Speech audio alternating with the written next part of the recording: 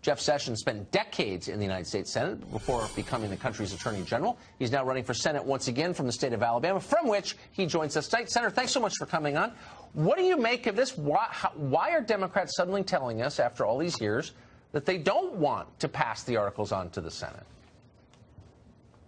One reason may well be, Tucker, that they can imagine what it's going to be like on the floor of the Senate.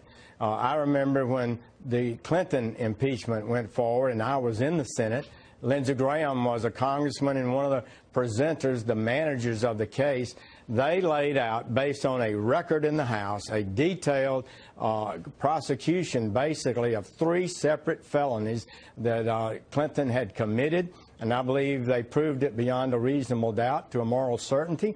And I just can't imagine what would happen when you end up with one of these vague charges like abuse of power or obstruction of justice. Could even be laughable. If they were going to back off, it would have been so much better for America had they done it before they voted this impeachment. That does damage to our country to weaken the moral authority and the constitutional requirements of impeachment.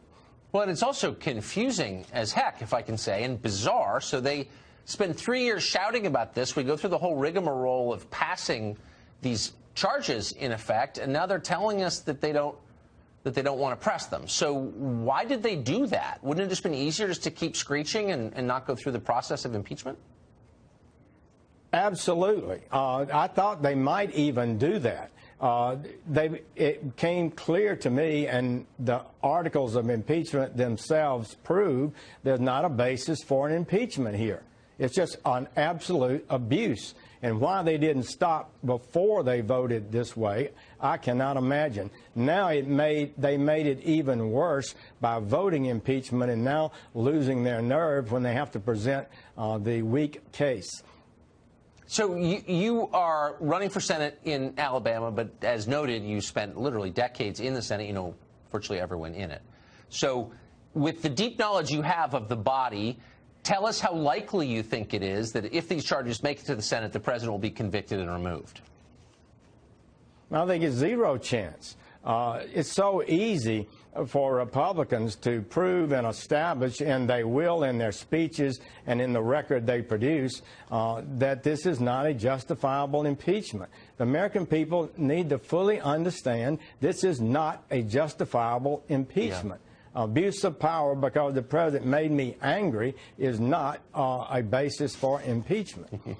No, it's not. Being angry is not a high crime or misdemeanor. So I have to ask you, since you were one of the early and persistent voices on trade in the Republican Party, a lone voice a lot of the time, the USMCA passes the House, the trade deal with Canada and Mexico. Is it a good deal for the United States? It's so much better than NAFTA. And I traveled with President Trump all over this country, and I saw him hammer NAFTA. You remember he said it was the worst trade deal in history. Yeah. He can't believe that they negotiated such an abomination. And now he alone had the courage to take it on. Nobody else was saying that. And he's pushed it through Congress. It's a great victory for him. He did the right thing for America. It wouldn't have happened had he not led. And the Democrats trying to claim some credit, okay. But he got it done, and it's clearly